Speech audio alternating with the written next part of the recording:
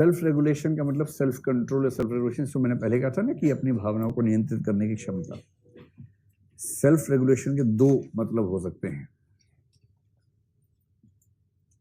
एक तो ये हो सकता है कि देखिए, मन में भावनाएं तो आती ही हैं।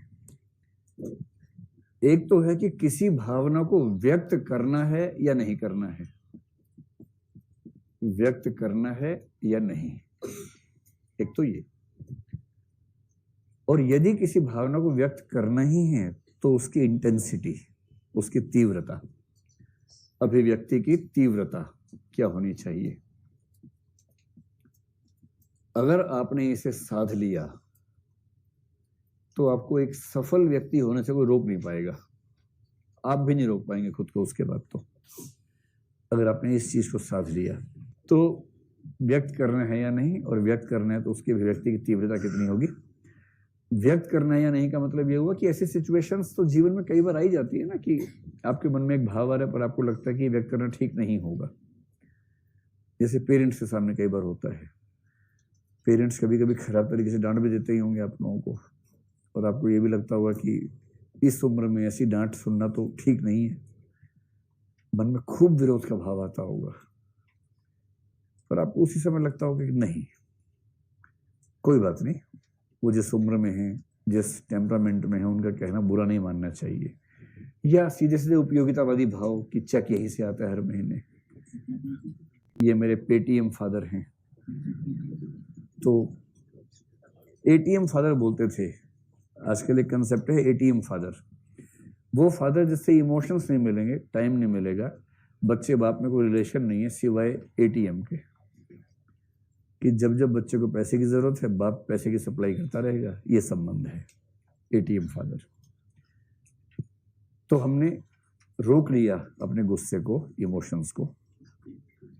ये आपके साथ अभी जो स्थिति है उसमें कभी कभी होता है ना, पढ़ाई कर रहे हैं अच्छे से, आईएएस बनने का ख्वाब है, सब कुछ है, इतने में एक झोंका सा आ गया जीवन में, कोई बहुत अच्छा लगा, उसने कह दिया कि हम लोग सोच सकते हैं अच्छे जीवन के बारे में। आपकी चेतना में तूफान, सुनामी, चक्रवात सब आना शुरू हो गया, डामाडोल हो गया कि हाँ बोलूं कि ना बोलूं, हाँ बोलूं कि ना बोलूं, हाँ बोलूं कि ना बोलूं, ऐसी स्थिति आ जाती है।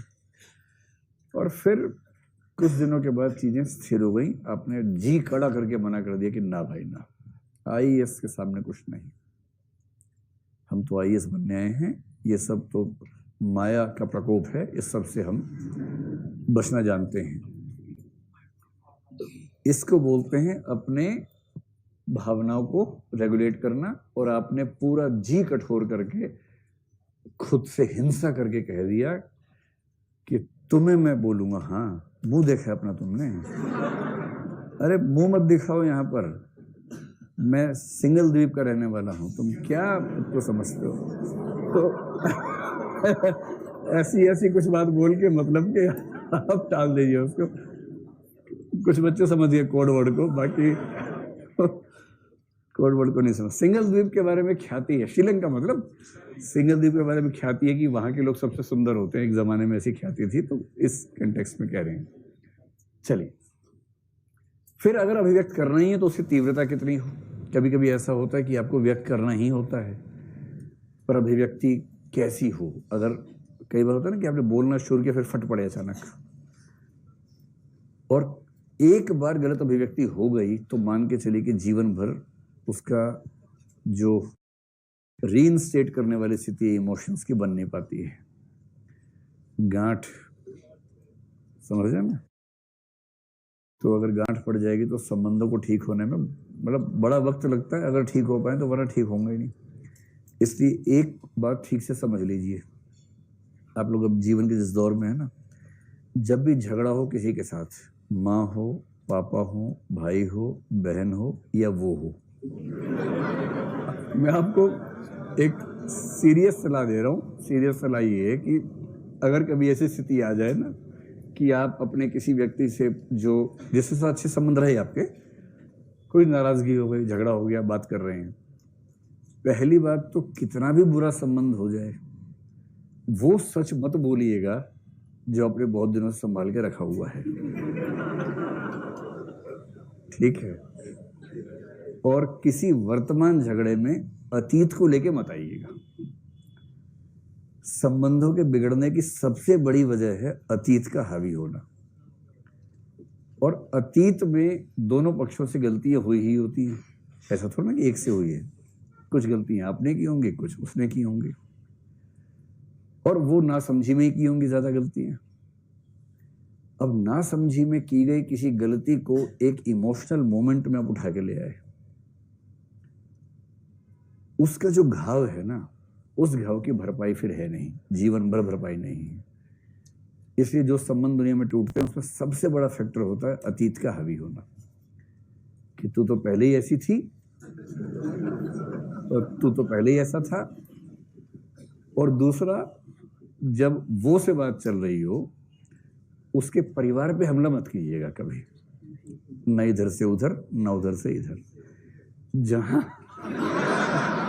जहां आपने किसी के परिवार पे हमला किया, उसके बाद आप कुछ भी करके बैलेंस नहीं कर पाएंगे। जहां आपने कह दिया तेरी तो मम्मी भी ऐसी हैं, तेरे तो पापा भी ऐसे हैं, ये द एंड है। इसके बाद उसके बाद कोई भगवान भी चीजों को ठीक नहीं कर सकता। इसलिए ये सब चीजें, वैसे जब आप शादी वादी करेंगे आपके पेरेंट्स आपको समझाएंगे, समझाना भी चाहिए। पेरेंट्स का ये काम भी होता है, खाली एटीएम नहीं होता पेरेंट्स का काम, ये भी होता है, पर कई बार ऐसा होता नहीं है और बच्चे अपनी गलतियों से ही सीखते हैं। दुख ये है कि हर पीढ़ी के लोग पत्थर से आग निकालते हैं, फिर लाइटर तक जाते हैं, उनके बच्चे फिर पत्थर से आग निकालते हैं। समझे मैं क्या कहना चाह रहा हूँ?